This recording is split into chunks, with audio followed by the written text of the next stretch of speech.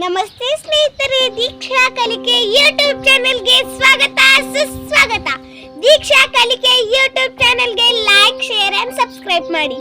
ಕಲಿತವರಿಗೆ ಅಮೃತ, ನೆನೆದವರಿಗೆ ನೆರಳು, ಅಂದರಿಗೆ ದಾರಿದೀಪ ತೋರುವುದೇ ನಮ್ಮ ಶ್ರೀಮಂತ ಭಾಷೆಯಾದ ಕನ್ನಡ. ಕನ್ನಡತನ ಮಕ್ಕಳಲ್ಲಿ ಯಾವ ರೀತಿ ಬೆಳೆಸಬೇಕು ಎಂದು ಕನ್ನಡದ ವರ್ಡ್ವರ್ತ್ ಎಂದು ಹೆಸರಾದ ಕುವೆಂಪು ಈ ರೀತಿ ಹೇಳುತ್ತಾರೆ. ಕನ್ನಡಕ್ಕೆ ಹೋರಾಡು ಕನ್ನಡದ ಕಂದ, ಕನ್ನಡವ ಕಾಪಾಡು ನನ್ನ ಆನಂದ.